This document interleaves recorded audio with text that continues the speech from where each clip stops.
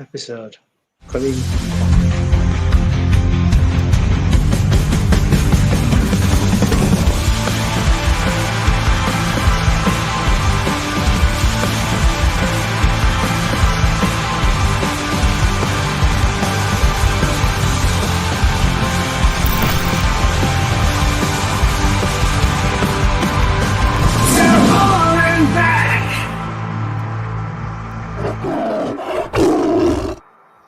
Hello everyone, you're listening to the award-winning To Hull and Back podcast, proudly sponsored by Ols Logical Bar.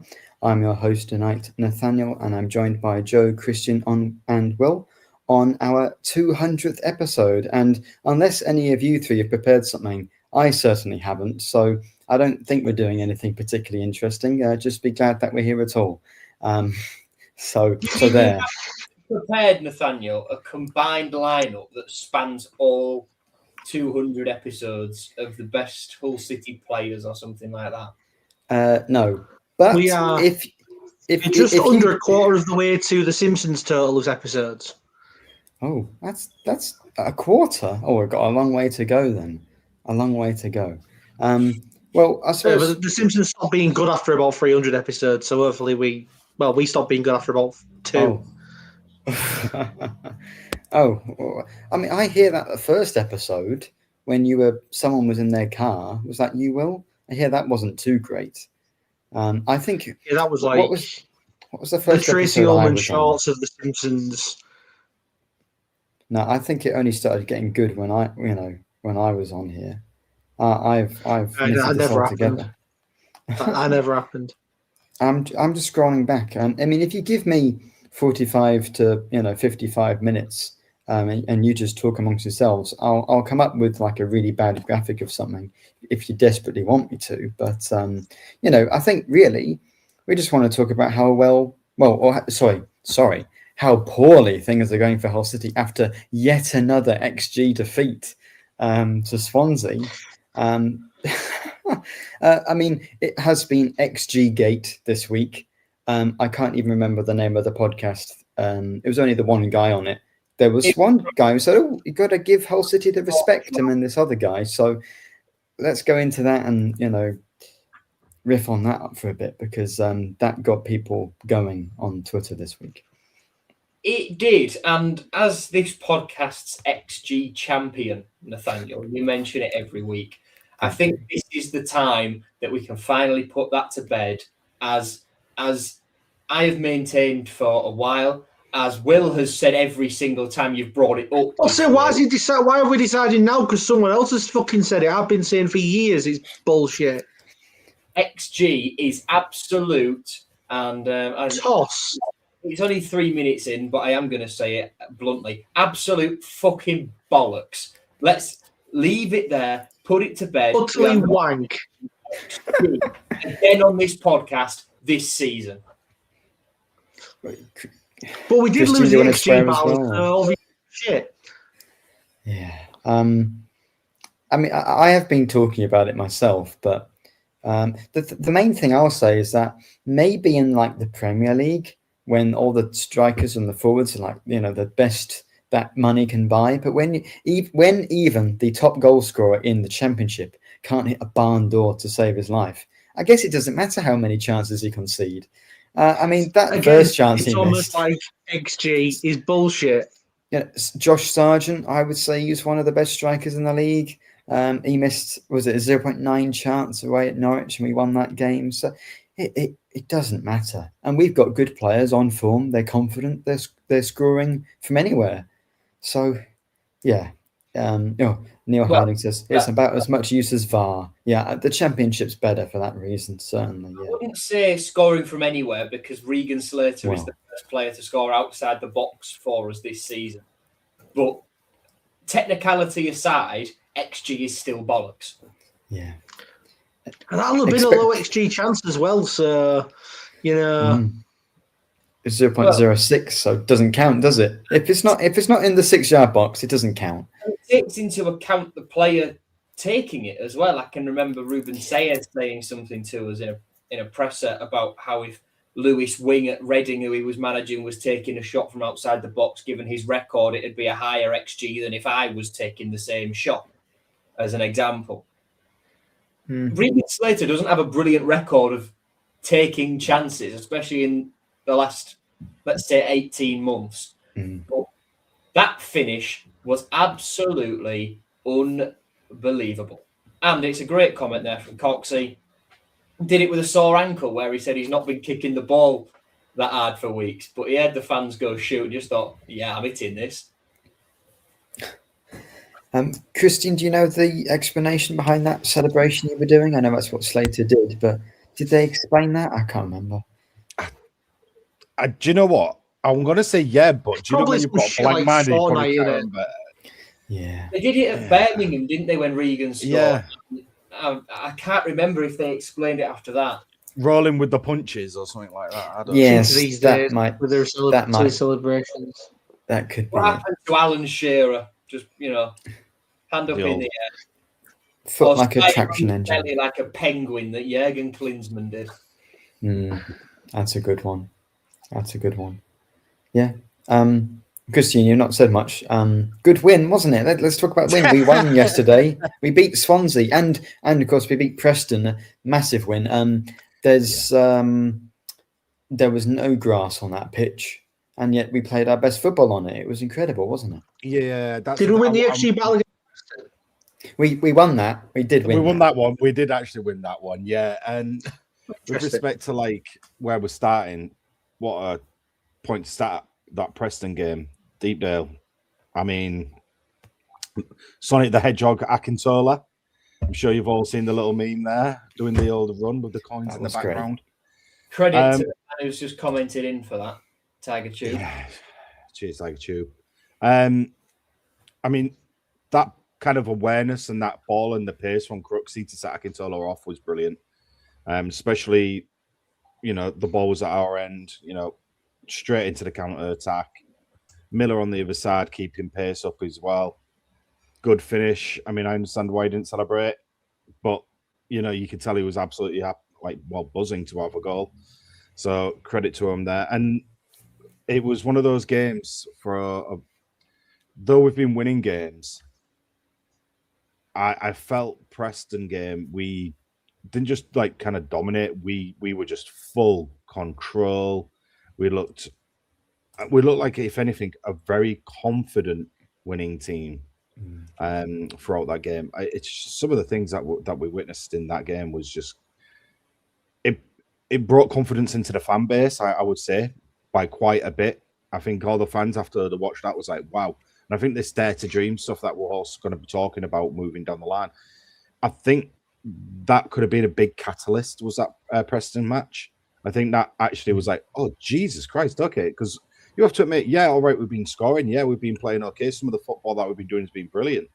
But then some of the games that we've been this season so far as well has been like, the other word to say is like squeaky bum on the edge, we've had a lot of them, and we did the same yesterday. Yeah. That's it. Chris, what you're saying is right. But it felt different because we went away to the team 1 point and 1 place below us at the time on a shit pitch, which is difficult for any team to play on, and the home team in theory should have the advantage because they're used to it. And we played them off the park, won 3-0, got a clean sheet. Ollie McBurney scored a bicycle kick. Yu Hirakawa looked unreal. It was most successful of nights. I think it's fair to say. Yeah, it was definitely a successful night, and it was nice, like you say, like with Yu Hirakawa coming off the bench, that first touch, already on the attacking mindset. I mean, we'll go into obviously the goals in a bit, but to kind of have that mentality straight away to kind of get at somebody, and by coming off the bench. That was nice to see as well. Someone new that's coming to the club, and none of this kind of, give him a bit of breathing time, kind of like that. We didn't even have to. And even when he played on Saturday, everyone loved watching him play. He was very direct. I mean, that opportunity he took out, he ran half a pitch and took half the team on at the same time and still had a pop shot from outside the box by a good, 35 yards. So to see that with the players that we're bringing in as well. Credit to them. I think for me at the moment, especially on this podcast, I think I'm going to be talking more about the emotional side of it because I don't know, so much changed in the air. So much has changed in the air. And I don't want to say it, but dare to dream. Dare to dream. And I'm not even dreaming of playoffs anymore. I'm actually dreaming of that spot now. Why not, though? Why not? Because this week, we've gone to Southampton and won because after a bad, we didn't look great against Blackburn in the cup, and it was a poor game against Stoke. Win away at Southampton, and Preston's that's a statement win in that we kind of show why we're serious promotion contenders, and they're not. They're not going to be up there. They've dropped off. And then second half was difficult, but we held on to the win, and it was a great bit of quality from Slater to get what turned out to be the winner. So this week is 9 points out of 9 to respond from Stoke. That's perfect. And why not dare to dream? Because we're joint points with Ipswich. We're 5 behind Borough, and of course they're very good, but we've got a game in hand on them. Looking ahead. Didn't you say that Middlesbrough were always an average team before we played them earlier this year? Yes, but I think they've improved under whatever their manager's called. Yeah. They have got slightly better of late. Slightly better. We still beat them. How do you slightly better as of late? Since we beat them, they've won 4 in a row. Well, true. I don't still think we're going to get top 2, but we're 7 points clear of 7th. It's been a great week, and why not dare to dream? Because we've got a good balance, great form. Matthew says, "Careful, Nathaniel, being too positive isn't my style." No, let's get carried away. But it was a great win against Preston. I'm just glad we get 50 points because that means we're probably going to stay up. Yeah. Nice. Yeah, I want to present another sort of somewhat contrary view. Not negative by any means, but I'm just trying to learn from the mistakes of a couple of years ago. Back in the season when Regan last scored at home, funnily enough, we know how good that side on paper was in the second half of that season. The drum gets banged all the time. But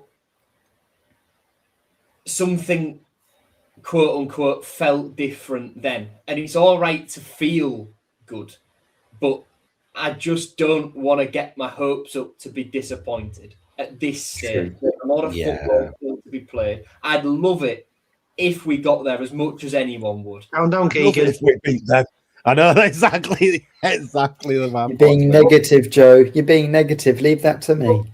But I just want to temper expectations a little bit because I will be proved wrong whatever way this season finishes because I thought we were odds on to go down at the start of the season. The predictions that wasn't on the episode that I sent into Will, which you all heard, reflected that.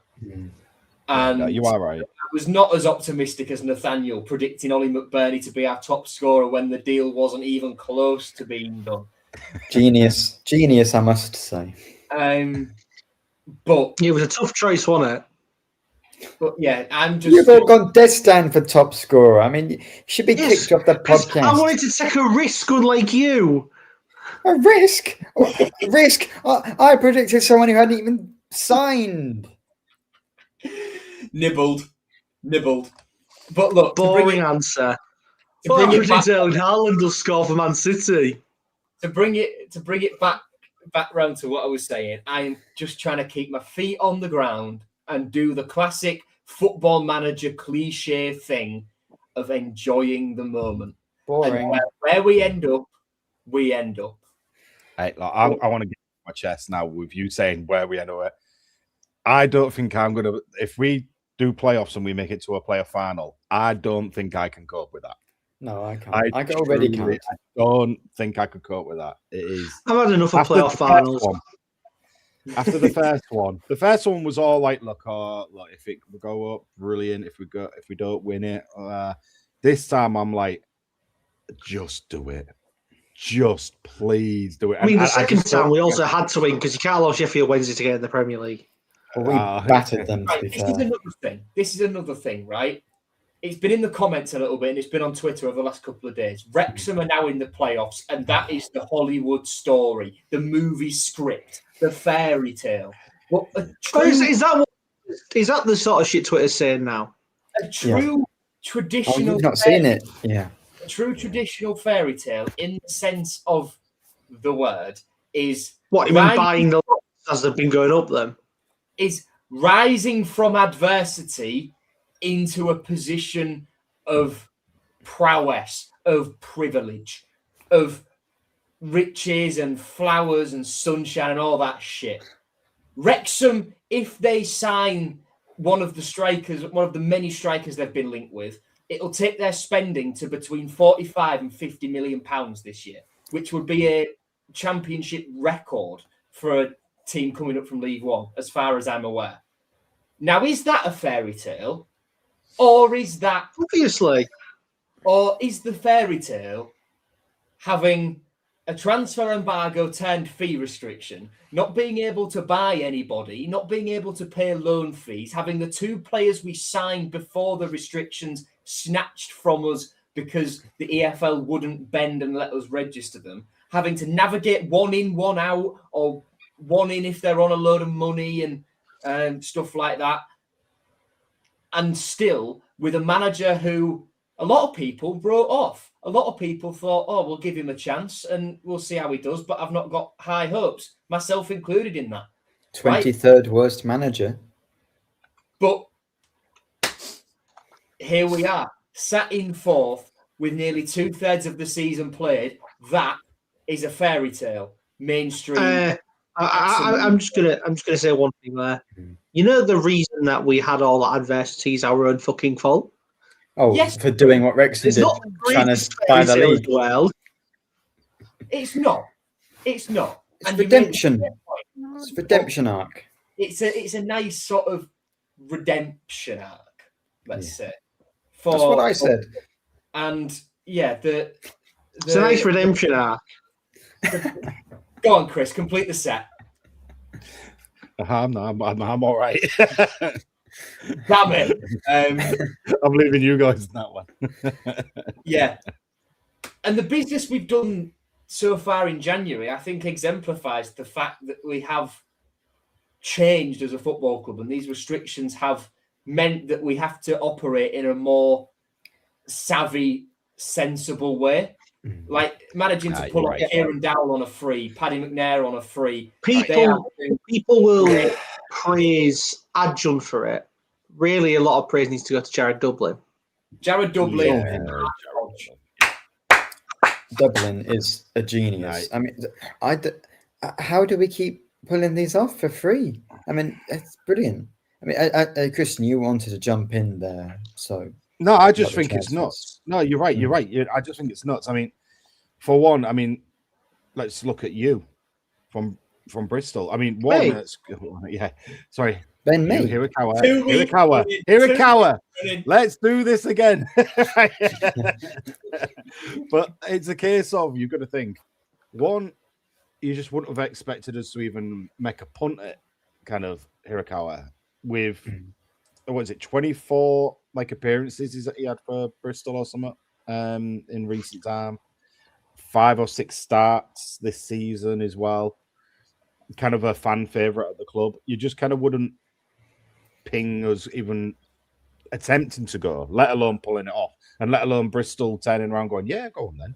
Like it just, I mean, that for me. I mean, to be fair, huge. Bristol appears to be doing a Crystal Palace and getting rid of their best players just suddenly out of nowhere. Because there's so Mehmeti to Ipswich for £3 million. That makes no sense to me. I get it's a contract thing, but as well, Mehmeti's far better than £3 million. And like Twine as well, potentially dropping to Huddersfield in League One. What? Yeah, because Liam Manning's there and they go everywhere together. He's like Liam Manning's Malik Wilkes. He lost his mind. He's his Paddy Kenny. But like League One, Huddersfield have, compared to expectation, struggled. They're up into the playoffs now after they beat Bradford yesterday. But the gap between Lincoln in second to outside the playoffs is like 13 points, and Huddersfield have only just crept into that playoff gap. We interrupt to Hull and back to bring you to Huddersfield and back. Absolutely not. Who cares? Yeah. What were we talking about? I don't know. Carry on, I guess. Hirakawa. Yeah. Well, as another player we wouldn't have signed sorry. if we could buy people. We'd be wasting it on people like Lincoln. From last year, was probably on infinitely more wages and didn't offer as much, whereas Hirakawa, just instant impact. And we had a comment about it already, but that gesture he did with the fan at the end, the young fan, had been bullied in the week, giving them his shirt. Lovely stuff, and just seems to immediately fit in, because that was the big worry, is that, as you say, Joe, one thing they've learned is you can't sign too many players for too much money to upset the balance of a good squad, because we were worse in the second half of 2 years ago, whereas this time, bringing in characters like him, and then McNair, who's played with Crooks and has played in the Championship, and Dowell, they know what it's like to get promoted. Giles as well at Middlesbrough. I think he would have done, wouldn't he? Oh, he must have done. I hadn't thought of that. I was trying to think of who else he would have played with, but quite right. At West Brom last year.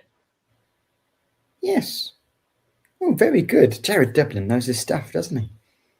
Well, Kieran Dowell was one that worked with Jared Dublin at Sheffield Wednesday as well. Sheffield United, yeah. Who's the next Sheffield United player we're signing? Well, yeah. Either we need to find another Middlesbrough player who's gone to the MLS, because that's like Crooks and McNair, or, as you say, just any other Sheffield United player. I don't know. Billy Sharp? Oh! Been there, done that. The Papa John's Trophy top goal scorer this season, Billy Sharp. That's his level. Yeah. Or the Virtu Trophy, as it's called. Yeah. Oh, yeah. Also, they always say don't fall in love with a lone player. Yeah. I'm sorry. Well, half our squad's lone players now, it. so. Well, I couldn't help it. Got a few like that this season, haven't we? Hirakawa has just taken me. Yeah. We learned players like years ago, right? Adjan made a point in the summer with Tim Valter that we're not going to try and do as many loan players because we lose them. But the difference this year is we can probably keep them. Like, no matter what division we're in, we'll have a go at getting Joffrey because he'll either be on a free or Leeds will extend his contract by a year, and there's only one place he wants to be. He does love us, doesn't he? Yeah. That's abundantly clear. John Lundstrom, I think, will become permanent. Absolutely. Everybody really likes Hirakawa. Even Hajimatovic. Last two games, Hajimatovic has been incredible. Decent, hasn't he? Yeah. Well, we've gone from incredible to decent. But I saw a piece in the week where he sort of admitted that I would have put him in between the two. Good. He's been good in the last two games. But he admitted that he struggled to adapt to the Championship, and it did show early doors. But how much of that was him playing with Lundstrom and having two deeper? We established, can they play together and stuff like that? But yeah, Amir's coming on a little bit, and who's to say we can't keep hold of him? The club were interested in getting Ndala on a permanent earlier this year before the restrictions came in. But you've got to think that he's got his time here now is limited, given that Toby Collier is about to come through the door, and you can only name 5 loan players in a matchday squad. And with wingers, Miller, Joffrey, Berlumi, when he's ever fit again, Akintola, who I think will stay now, Hirakawa. Well, it depends what league you're in. Kyle Joseph, and Ndala could find himself limited. Yeah. I would say I don't think if we get promoted we'll keep Akintola, but you never know. maybe mean, just if literally. we get promoted, I don't want to sound negative. I don't want to do it, Nathaniel. If we get promoted, I'll just be happy if we get more than 11 points. True. My stepdad asked me this question last week, and I'd be interested to see. And again, we're fourth with 18 games left. I know, Joe, you said you don't want us to get carried away, but let's just do it anyway. How many players in our squad are Premier League quality or could be, come at some point next year? Pando could. Giles has been there. Hughes, Matazo, but he's only played like four matches for us, so I don't know whether you could say that. McBurney has, but that was a few years ago. Gelhardt would be.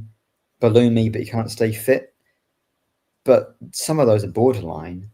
We would have to sign 20 players, and Adrian would want to anyway. We would do a Nottingham Forest or a Sunderland, wouldn't we? And what was his words that he said? What was Adrian's words?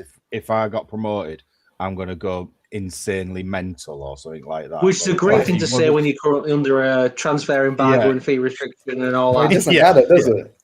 Different rules, different FFP rules, isn't it? So it doesn't matter. Yeah. Well, look, I enjoy the ride. Let's not think about what might come next or what we might have if we go up or whatever. Yeah, I would enjoy the moment considering, as we mentioned last week, you two are lucky you're not currently in Greenland. So enjoy the moment. Yes, certainly wouldn't want to be there. So I suppose we should probably talk about the game from yesterday. We talked a bit about Preston. The first half was very good. I think Mellor improved. I think that goal against Preston has given him a bit of confidence. I think rightly, Jukiewicz made the 2 changes just as Swansea was starting to sort of batter us. I don't think it helped too much because they got the goal, but he was on a booking. Great goal from Slater. Insane handball from, was it Burgess? Or Cabango? No, it was Cabango. Like you say, it's ludicrous. Yeah. Genuinely, that is pure instinct. He's just like reacting without knowing.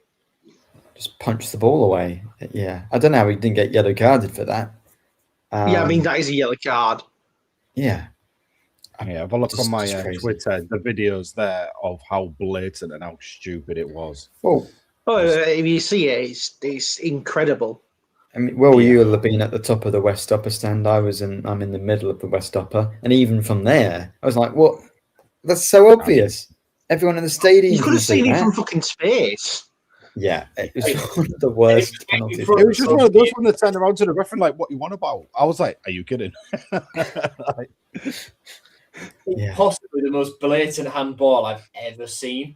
And then McBurney went and grabbed the ball straight away. Kyle Joseph was guarding the penalty spot. You knew there was only one outcome. Yeah. I'm planning to disappear. I'm definitely too old. I am. I'm planning to disappear, so. Yeah. Biggest surprise was that the ref saw it, says Ian Templeman. I mean, with the quality of it, EFL refs. The EFL refs aren't that bad. I mean, they're pretty bad. I mean, they are. Bad. But they're not actually blind. We say they are, but they're not actually blind. So I guess he had to give them. But still didn't give them the yellows, so still got it wrong somehow. That would have been like the Preston ref, like looking at Osmajic attempt to headbutt Lundstram and think, no, not wrong there. Oh, yeah, we didn't even talk about that. Let's talk about Osmajic. Why do you think I brought it up? The biting racist thug. Militant Osmajic. What a knobhead. Total knobhead. Like, he's just a loose cannon, isn't he? The thing is, he is not a terrible striker at this level. He's decent. He's just an absolute meth. When he's not, like, clinically insane. Trying to kill people. What did he get? 8. It was 8 and 9 for the bite on Owen's neck against Blackburn last year and the racism towards Hannibal against Burnley last year. I'm not sure which way around it was, but it's something like that. And like my favourite bit about the whole thing is the fact that Louis Coyle wasn't even asked. He just sort of went, "Oh, come on, mate! What the bloody hell you done that for, you idiot?" Like Lundstram, right? from the angle you first saw it on the TV, it looked like he fully nutted him.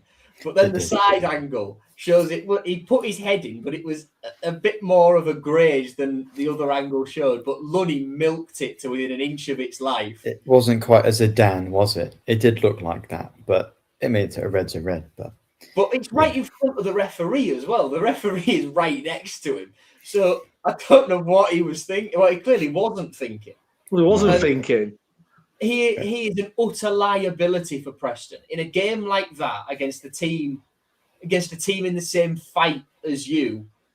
You go and do that, really? He's like I say, utter liability. He's now missed like a whole half season of games due to suspension. I think for Preston in his time there, he's been there 2.5 seasons. Well, he's got to get more than 3 for that, surely. I think he's only been given 3, but. You'd think at that point, just regardless, it's one of those, and it's like, why would you defend the man? Surely, you should have been defending him after the biting, and then you definitely shouldn't have been defending him after the racism. No, but even though he's decent, he's not like good enough to, have that reputation as a club to be paying someone like that. He's not that good. Just cancel his contract. He's not like a Cantona who could kick someone in the stand and get away with it technically. Yeah. Anyway, but even though we have a tough set of lads, they're more wind-up merchants, aren't they? I don't really see any of our players headbutting anyone else. Lundstrom in particular is great. In that same game and that incident and what have you, can I just say, in that whole melee, the only thing you could make out was Preston's set-piece coach having our goalie coach in a chokehold. I'm glad you were the only one who noticed that the entire time. It was the only thing that you could make out in that whole brawl. Yeah, there were 2, weren't there? There were 2 fights going on at the same time. Notice how no one tried to fight Sergei. They were probably afraid of ending up in the concrete shoes in a river. They never do, did they? They never want to. Well, I think I said the other day, Osmajic, if he wasn't a professional footballer, looks and acts like the sort of bloke who would have a load of bodies underneath the floorboards in his kitchen or something like that. He's just to say he doesn't. No, he feels more like one of those people who does the grift to me. Okay. He acts like he's got bodies under his bit. He's under his kitchen, but really he's an absolute pussy. Yeah, must be. That's our 3rd brawl, though, and I get the feeling that all of our Blackburn FA Cup prize money might be going to paying this next one off because the fine it's doubled from 25 to 50. So is it going to go up 25? It's a Regan Slater of a fine. Or is it going to double to 100? So if anyone has any spare change lying about, just pop it underneath the training ground gate with a post-it note on it saying to pay the Preston fine, and someone will pick it up. Well, these fines we're getting might explain the cost of the Chelsea FA Cup match, perhaps, especially for non-members. Yeah. AD on our Wednesday episode, I had to talk, they had a long chat about this. I don't have the prices in front of me, but I'll be going in the West End for a non-member. Yeah. Not amazing. Let's be honest. It's nice being positive about City at the moment, but that is absolute shit. Yeah. It's Chelsea, but it's also the FA Cup. Perfectly. Yeah, it does. It does. I guess balanced out slightly with the Swansea game having been discounted, but yeah. I kind of get the point. Don't get me wrong. I don't. How can I put it? It's not that I don't agree with the pricing. It's not that like, oh my god, that's crazy high, because it is high. It's really high. But if you've got to look at where Hull are financially right now, and we know we've got a game where we're going to get as many people to it as possible without any effort, as much coverage as possible, you're going to have to, if you want some pennies back, to help for the next season and kind of the running of the club, you're going to have to kind of take that punt and take off a bit. I get it's not good. Tickets make up such a little amount of the revenue of a club. True, but on average, they make up such a tiny amount of the overall revenue. True, but at this stage, we've got to take everything we can get. There's a reason why we're under an embargo. There's a reason for it. So. But then why offer the £15 game against Swansea? If that's if you're going to do that, it's like keep the numbers high. The prices for the cup prices for the Chelsea game £15. You might get families in, you might get kids in who've never been to a City game, and then you might give them a chance to see an amazing upset that would sit with them for the rest of their lives. You know, like you said, there, pricing them out of it. It is a bit pricey. I'm not denying that it's pricey, but I can also understand why the prices are what they are. That's all. It's one of those games. The thing is, as well, it's £44, or I can watch it for free on BBC One. True. I'm still going though. You got to go for the experience. You go. I'm working for members. Exactly. 9:30 tomorrow. Yep, 9:30 for those ones with a season pass membership. So it's you've got to see it from that perspective, yeah. But talking about you saying Swansea and that, where were all the Swansea fans? Because I can tell you now, and for 3 o'clock Saturday kickoff, I don't think there was any excuse for the amount of fans like that. And there's no face that anyone can pull on this, because if it was Hull going to them, we would have had 9 or 10 coach loads going down still.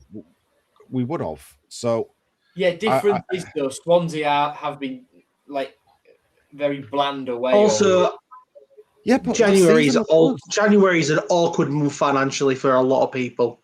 True. As well, which is where I can understand. It wasn't a fair play to the ones who did come, but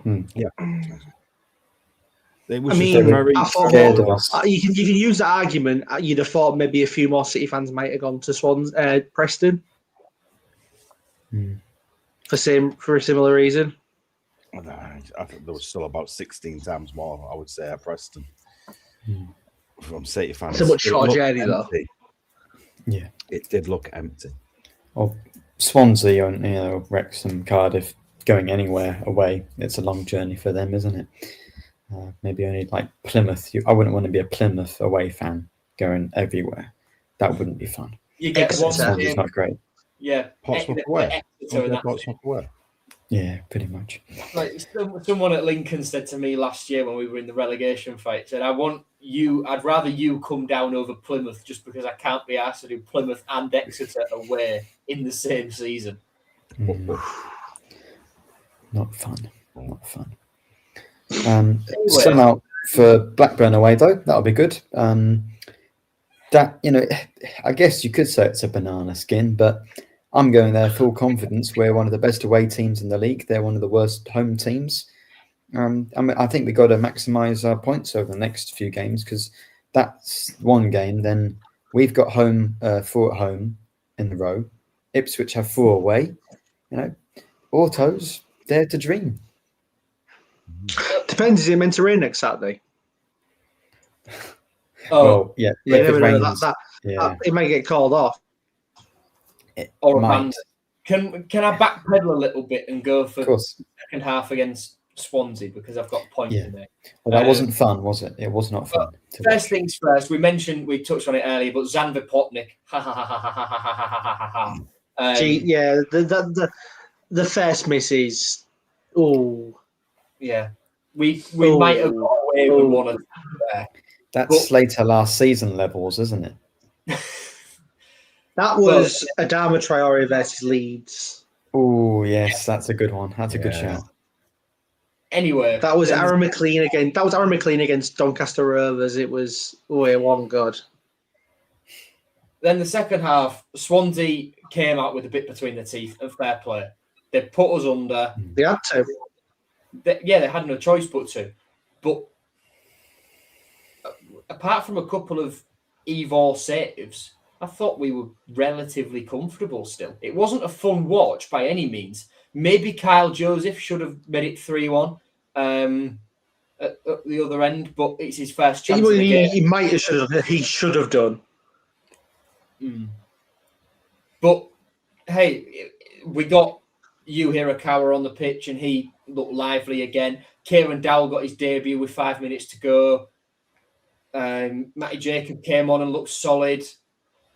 Yeah, I thought even though we were under a lot of pressure, I thought we weathered it well. It wasn't pretty. It was a little bit scrappy in places, but those are the games that, when you're in our position, you've got to win them sometimes. The only sort of... I think, to be fair to Swansea, I think a draw would have been a fair result. Yeah, fair. But we ground it out. The only sort of things that we need to have a tiny bit of concern about, I think they'll be fine. Joffrey getting rested, which just because he's come back, there's nothing in that.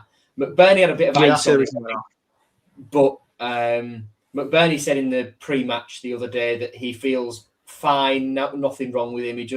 He knows he's getting a bit older, so that's all that'll be. After a day's rest, maybe a Monday off as well, depending on what Sergei's doing, he'll be all right. Crooks as well. Let's hope that's not anything more. Yeah, it's his hamstring, isn't it? That's why he didn't come off the bench. I think it was a precaution, and that's why he didn't even appear. Yeah, it's after it goes back to Blackburn in the FA Cup, didn't it, when he pulled out? A little tear, but City just being more careful with the players at the moment because of the injury crisis they've had, and because we've got a free week as well, we can, we can be a bit more gentle on them, if that makes sense, and not push the body to within an inch of their lives every 3 days. We've got a lot of games in February, but up until Chelsea, it's 3 games in 3 games in the 3 weeks. We've not got a midweek game before it, so we can. Don't we have Watford? To an extent, we've got 1 midweek game. That's next Tuesday. That's next Tuesday, but it's not directly before Chelsea. So we've got the week 3 leading up to Chelsea, which will be huge. Reminder for Watford as well: we can't play Dowell, Hirakawa, McNair, Collier. They can't play Bove, or if they've signed anyone else that I've missed. Because they're not. No, the rule is your squad has got to be exactly the same pool that you're picking from. So if players are back from injury or internationals, like Kai Embe is for them, not a Jai for us, which is unfortunate, but that's why we're bringing in Paddy McNair. They're allowed. We could. I mean, to be fair, Hughes have been good the last couple of games. Yeah. For Maywo as well. We could. I think he struggled in the second half on yesterday. For Maywo a bit. Yeah. Well, we can pick. The only signing we can pick for Watford is James DeBayo,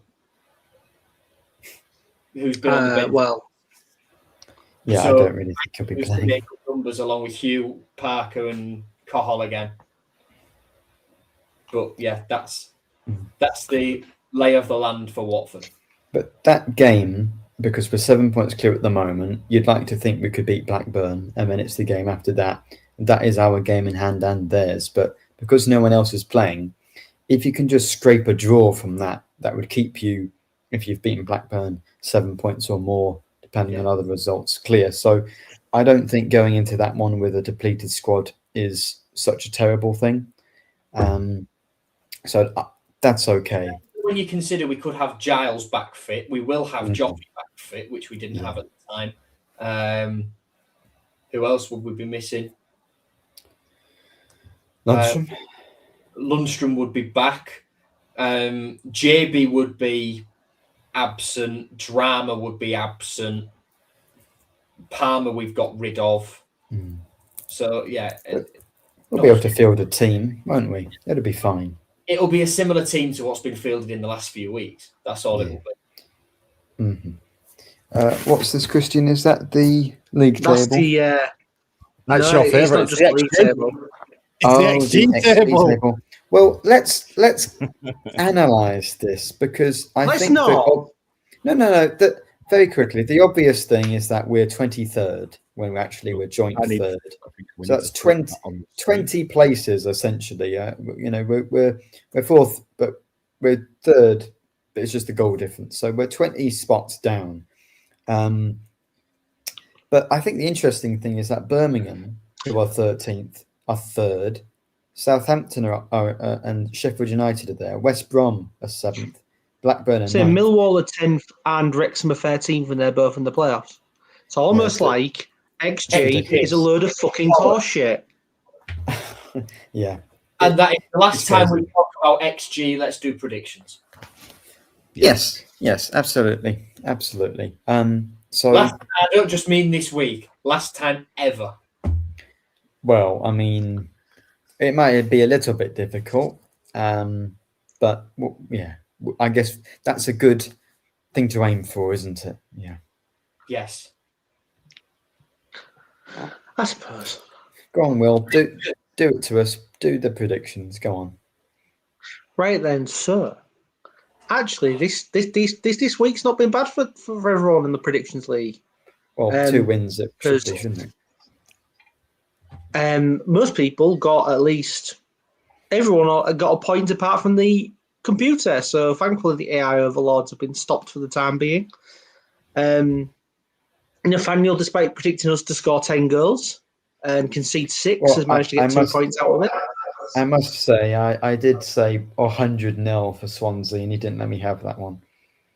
And you should be glad you didn't get that, because as a result of the results this week, we have me and Christian are now joint top, and Nathaniel has managed to go up a place.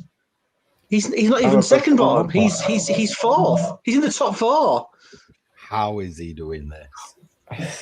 How is he doing four correct predictions in a row is how he's done it.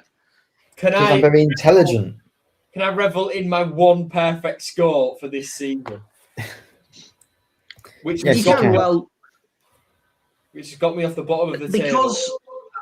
Because we've got the issue of me and Christian on level points, I'd say add some tiebreakers to it. So, just to start off, the first tiebreaker is perfect scores, and typical, being the level on points. We're also level on perfect scores, me and Christian, with 3 each. Everyone else has got 1, apart from Nathaniel, who's still yet to predict a perfect score, which is no surprise, because so far he's predicted us to score 96 goals at this point, when we've scored 50. So after the perfect scores, our next tiebreaker is going to be who's closest to City's actual total. Nathaniel, you might have to predict a few 0-0s.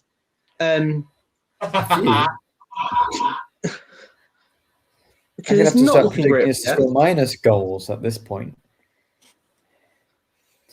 Well, don't worry. I have a plan. I have a plan to deal with this situation. So I hope you like what I'm going to do. But, are you going to use XG to predict your scores now or something? Maybe I ought to do that. Yeah. I mean, but after all, they're the important battles. True. I am glad that the 1-1 bot, the 1-1 bot would be winning if this was a Liam Rossini City, but because this is Jurkiewicz ball, and it's actually exciting. Then we've not had many 1-1s, have we? Have we had? Yeah, I'm delighted the 1-1 bot has been I'm delighted it's been a massive failure, quite frankly, and Charlton. I don't think I'll cover it with it next season. Charlton is the only 1-1 we've had this season. Well, yeah, it wouldn't be doing very well. We do tend to win or lose, to be honest. Lots of wins. So, yeah, I don't think the 1-1 bot is very happy. It would definitely be happy as if it was Rossini. Yeah, well, what do we think for Blackburn? Would we make any changes? I feel like there will be a bit of clamour to get you in, and quite rightly so, but who for? Because Joseph's good, but I wouldn't be surprised if you had Miller on one side, Hirakawa on the other.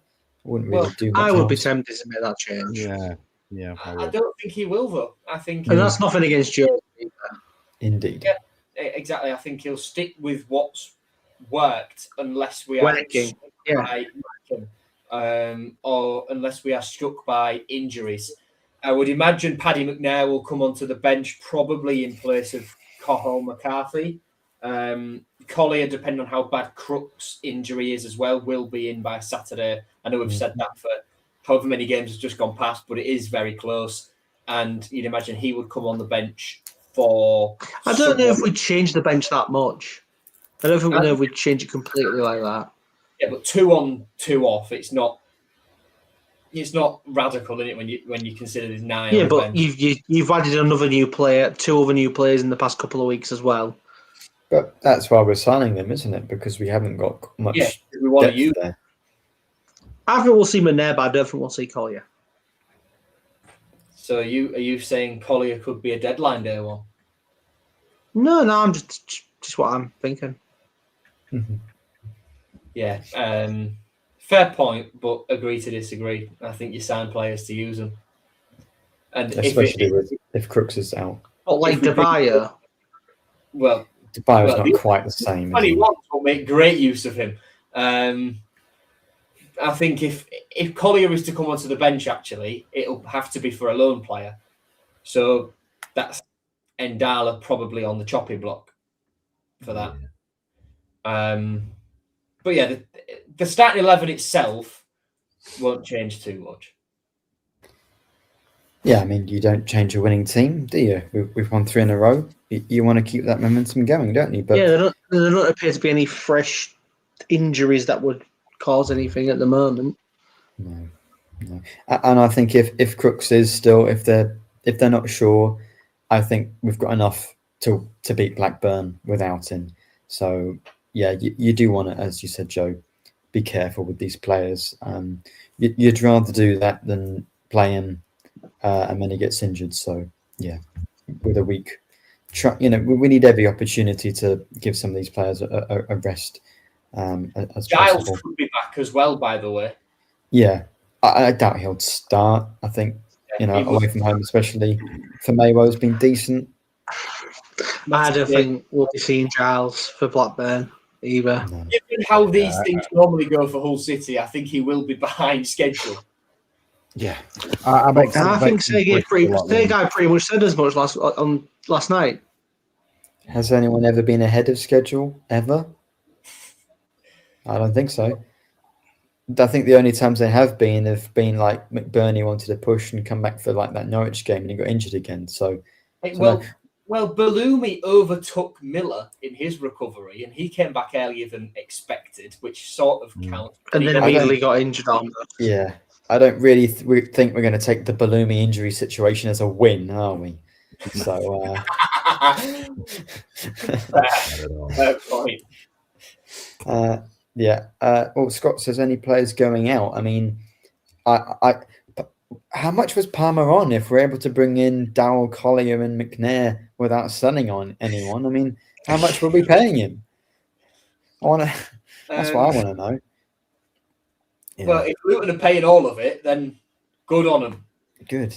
Well, they ought to. See James Fairlong go in the 10 days we've got before the deadline, or no, it's not 10 days, is it? Brandon Williams. Jacobs ahead of him. Brandon Williams is an interesting one because I said it from the start. Oh, by the way, Ian, just on that comment, Collier isn't carrying that injury anymore. Mm-hmm. Sergei said he's fit. On Brandon Williams, I said it from the start.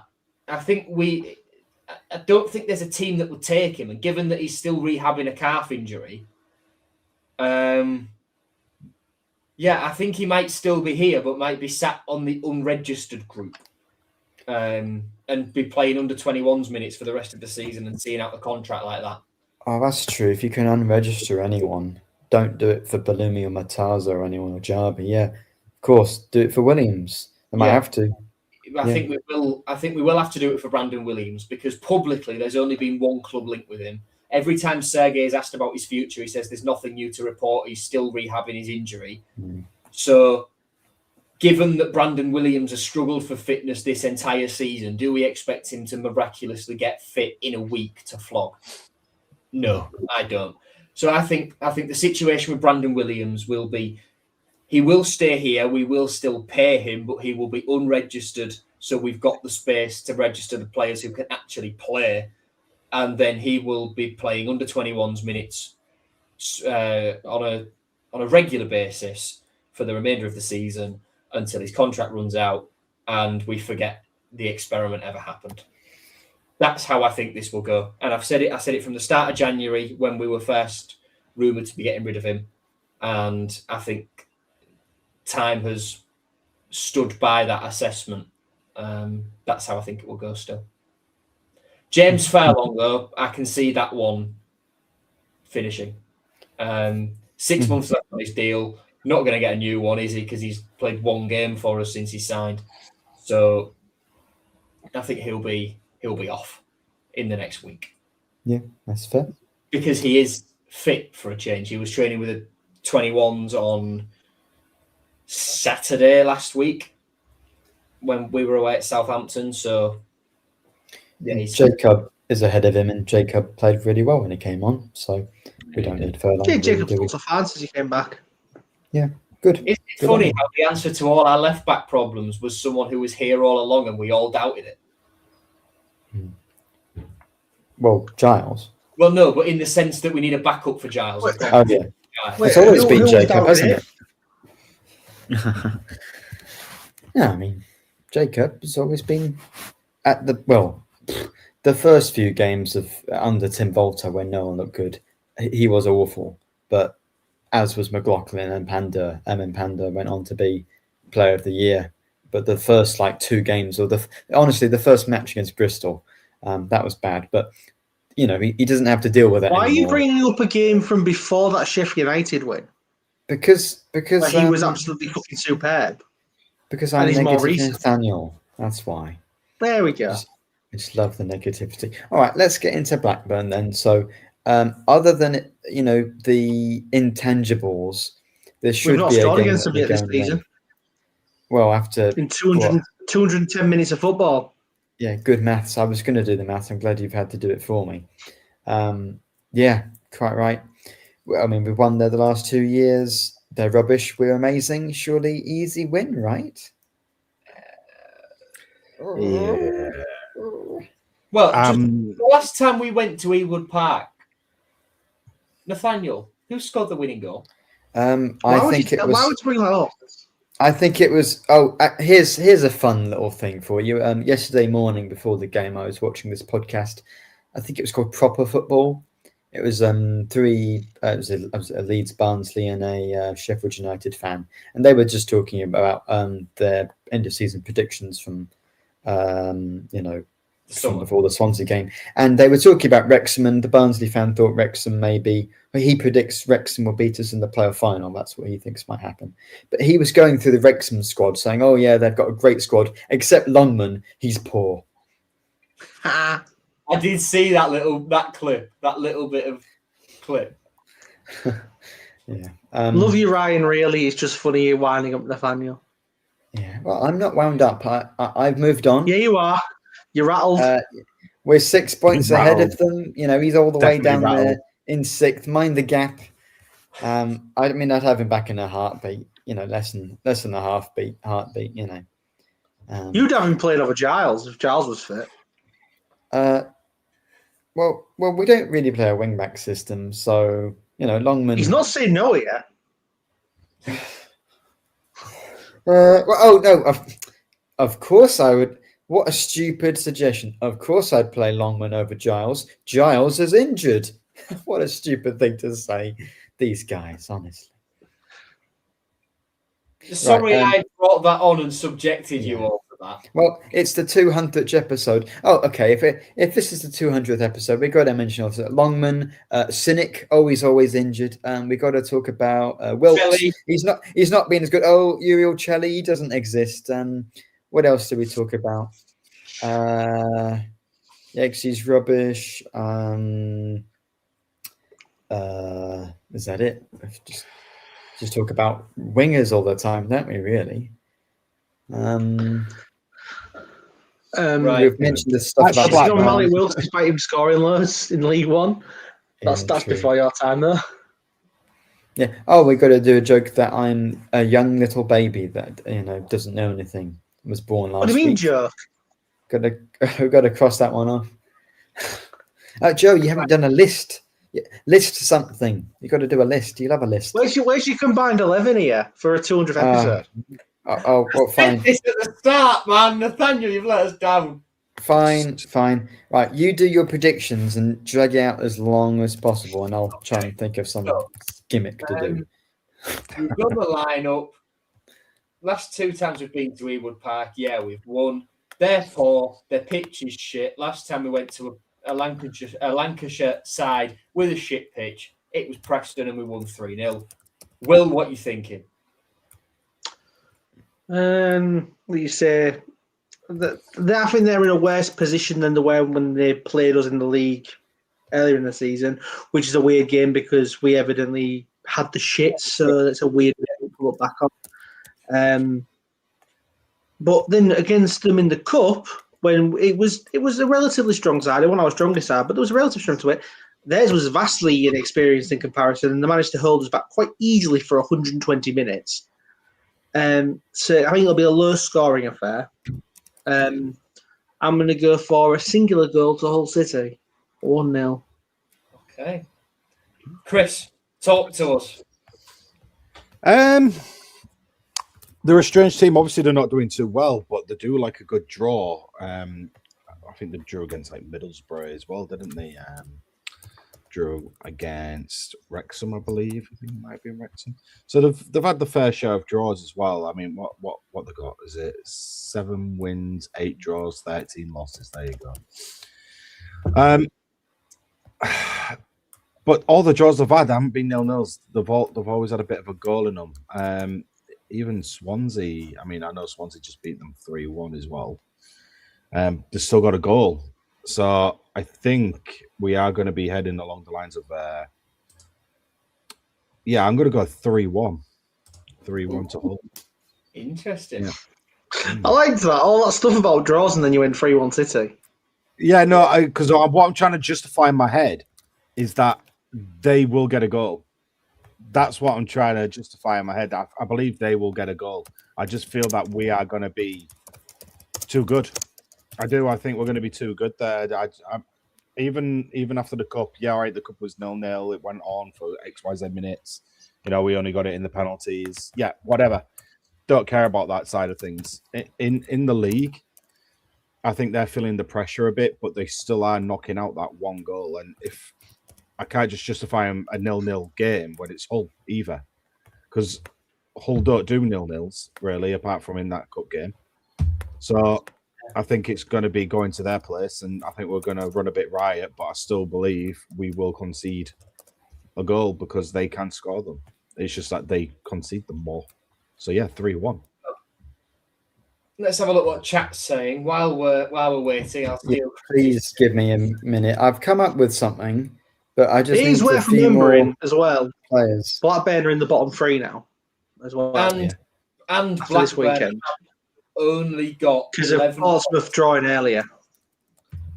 Portsmouth have a game in hand as well, and Blackburn have only picked up 11 points at home this season. While we're waiting for Nathaniel to do his combined lineup and stuff, Chris, do the like and subscribe bit because of course. Yeah, to be fair, guys, if you haven't liked and subscribed so far, I don't understand what's going on because we do upload regularly. Wednesdays as well, you've got AD and their team, and then you've got us on the Sunday.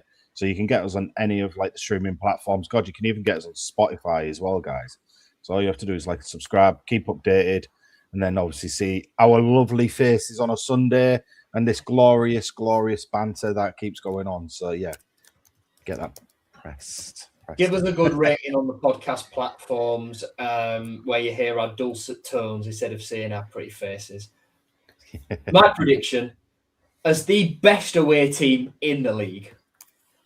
Are we the joint best away team in the country at the moment?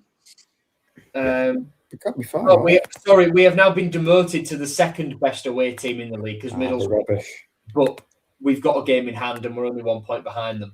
So anyway, as one of the best, most informed away teams in the league, no one's picked up more points away than us since Birmingham away on the 18th of October for us. I think we'll win. I'm going 2-1 again. Yeah.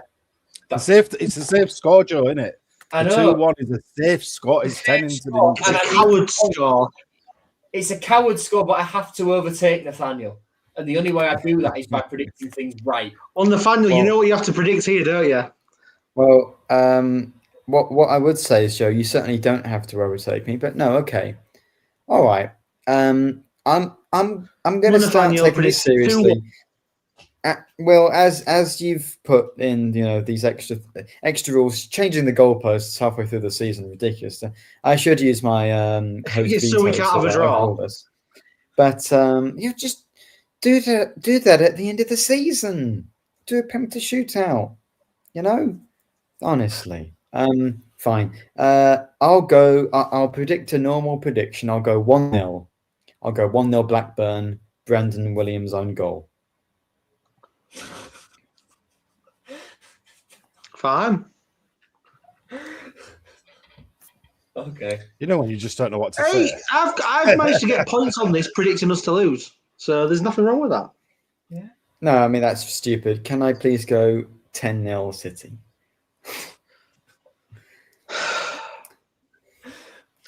I'm sticking with 1-0 Blackburn. Fine. Can you make a note of the Brandon Williams own goal, please?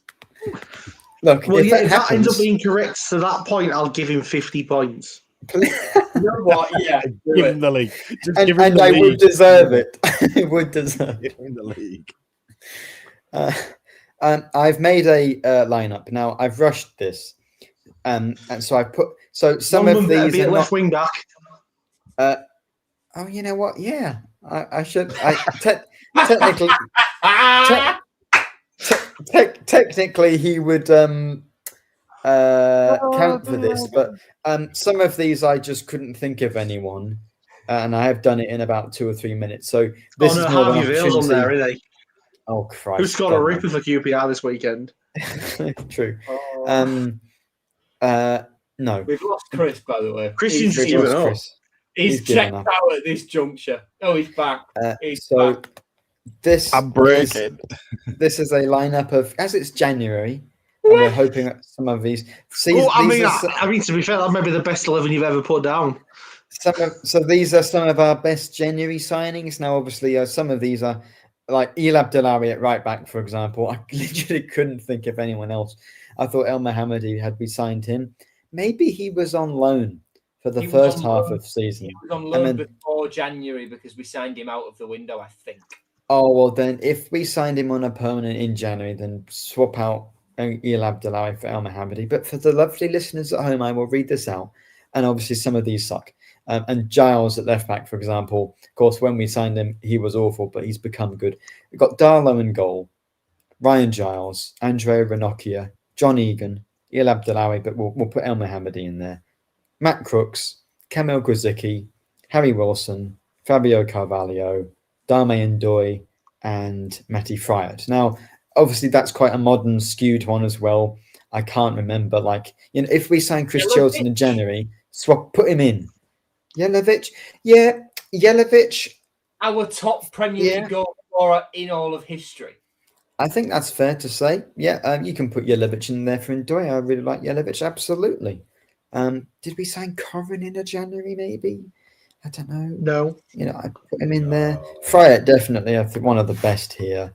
I'm obsessed. Oh, Billy Sharp. No, we've got to ban Oliver from the podcast for that suggestion. Don't even joke about Billy Sharp. Ryan Alsop and Billy Sharp are off the table. You can't joke about them. I'm not having it. Those two have more done. Could you, just as a point of debate, could you put Panda in instead of Darlow, perhaps? See, thoughts on that? For example, Grzycki here, we signed him in January, but that's more the fact he was just really good, and he so happened to sign in January, because really what these should be is just the best signings who did well immediately coming in. Panda, that's a weird one because he didn't play and then he it's like a summer signing. But yeah, I think absolutely you could put Panda in there. That'd be totally fair. What? No, Hernandez. Well, we didn't sign him in January, so obviously not. Yeah, Hernandez for the comment was deadline day after Shane Long left in the summer of 2014. Oh yeah, that'll be fine. I'm fairly certain Boas Myhill did not sign for us in the summer.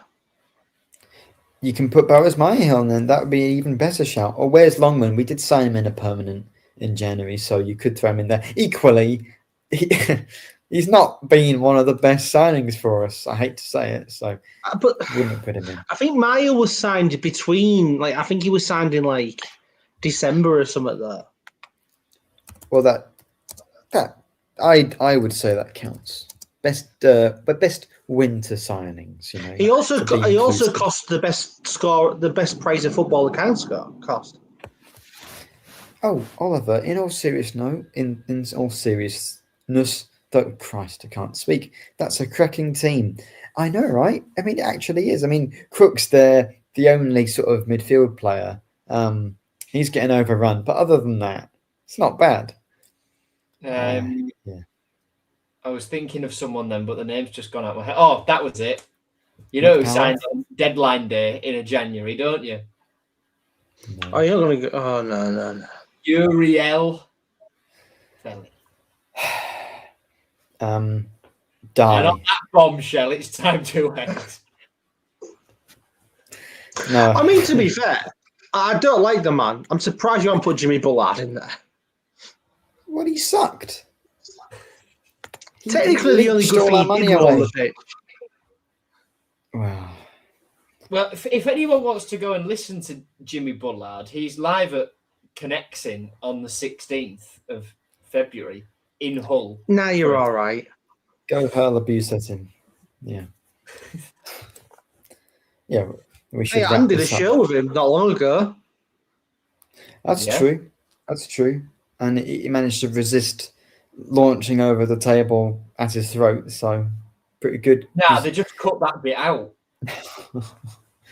Yeah. Yes, well, things are going very well, aren't they? And I hope they continue to do so. I mean, it'll be... Look, when Brandon Williams scores an own goal from the halfway line, you know, and I at the very least, I'll be disappointed with the result. But when I'm top of that prediction chart, you know... By 45 points. Worth it. It'll be worth it, yeah. Any closing comments on our 200th episode, Will? Do you want to do some soppy nonsense about how great it's been? No. Good. My closing message is up the fucking tiger. Yeah.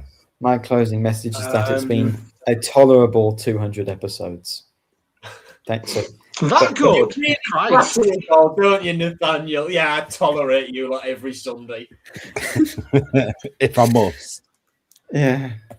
I mean, this. In all seriousness, though, it's been a beautiful experience. I have been ever so glad to be involved in this. It makes my week a whole lot happier. I'm very proud of all that we've achieved and will go on to achieve. And I love spending time with all of you and with everyone who comments in. I hope that you've enjoyed 200 episodes. We need to do the in-person stuff again, don't we? We need to do another We do. quiz. Well, when we're at Wembley for the FA Cup final, we'll have to do some live content from London, won't we? Yeah, we'll go in the chicken shop across the road from Wembley Way. Beddies. Yeah. When all the players rock onto the pitch in the FA Cup final with their playoff winners' medals on them, you know, that'll give us a lot to talk about, won't it? I think it'll be the other way around. The FA Cup final will be before the playoff final. It will. We'll just have to stay in the hotel. They'll be turning up to Wembley in the playoff final with the FA Cup trophy. Oh, in goal. Oh, that'd be nice. That would be pretty beating Arsenal or Man City. To see us lose on penalties after a 0-0 draw with Wrexham. Anyway, happy to everyone. See you for 201 next week. Yeah, up the Tigers. guys. Oh, well, for everyone who's listening, Christian has put a I mean, a rather rancid. Is that an AI or is that not an AI? Oh, that was literally just AI 10 seconds, just that split second. So I ain't even denying it. Is that a tiger with headphones on? We have got to Yeah, of course incorporate How that. much water Actually. have you just used to create that? Not enough. Not enough. At least it spelt it right. Absolutely. All right. Yeah, I know. Love you all, everyone. See you for 201. Ta-ta.